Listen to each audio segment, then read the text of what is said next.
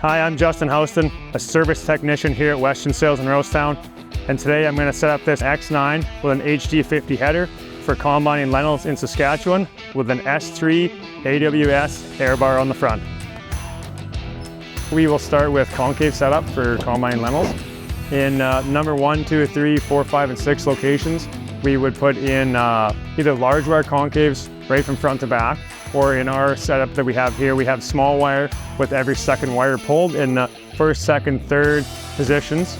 And then the fourth, we have all of the wires in, but if we were going to combine lentils full time, we would have those pulled as well. So this combine setup would be first, second, third, fourth, small wire with every second wire pulled.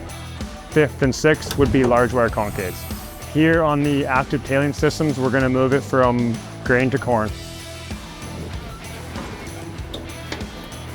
We're going to shift the feed accel to gear 1, and we're going to switch the rotor to gear 1 as well for slow speed.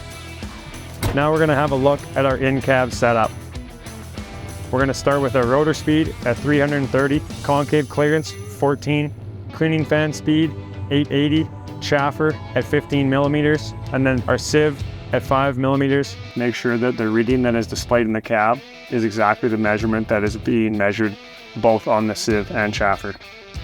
These are really great general set points to start with for combining lentils in Saskatchewan. The highest percentage of lentil harvest loss is between the cutter bar and the reel.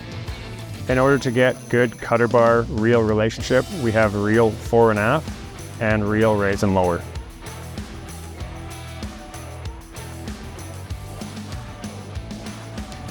On this machine with mechanical fore aft tilt, we'll be loosening off these 3 nuts. We're going to be using this turnbuckle to adjust our feeder house fore aft tilt. And in order to adjust the drum height, we'll be using this lever set in the low position, and this being backwards and down is the low position for the feeder house drum. We can use manifold tilt and air volume control to further reduce header loss. For combine lentils, we want to move the chain to the slow speed sprocket, and we do that right here. If you had a variable speed feeder house, you would adjust the sheaves down to 500, and if you had a 5-speed feeder house, you would have it set at first gear. For an auger platform, position the reel down and in to pull the crop over the cutter bar and into the auger. On a draper platform, the reel only needs to pull the crop over the cutter bar onto the side belts. You can run the reel higher and further out, combine the tops of the crops. This header has been equipped with an S3 AWS air bar to further assist in shatter loss reduction. With the belt drive fan mounted to the rear of the header, its out front manifold and 48-inch double bend nozzle supply a high velocity jet of air to the knife, moving crop onto the side belts as it is cut, increasing yields by 1 to 4 bushels per acre on average. The use of the air bar system aids not only in reducing shatter loss, but also the inflow of crop material. Crops will be pushed towards the rear of the canvas, making a smoother transition onto the in-feed belt, further reducing header loss. In most cases, shatter loss can be reduced further with the ability to set the finger reel higher than if an air bar system is not used. When entering the crop, begin with the reel at normal height and begin to raise until you see a decrease in performance, and then go back to the previous setting. The most important adjustment affecting the performance of your air bar system is the position of the nozzles. Using the electric tilt the nozzle so that the air blast contacts the head 2 to 5 inches behind the knife. The draper mat should float on a cushion of air similar to an air hockey puck.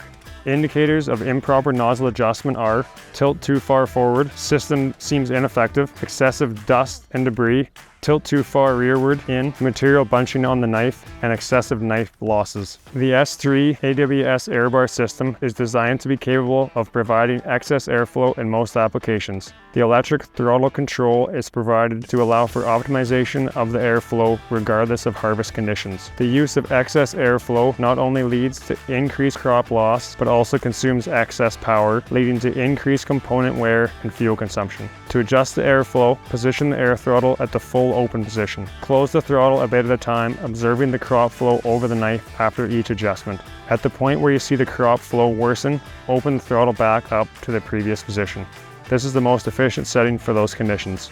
This setting should be checked periodically through the day as well as from field to field. Plant moisture content, yield, and plant population where effect with the throttle should be positioned.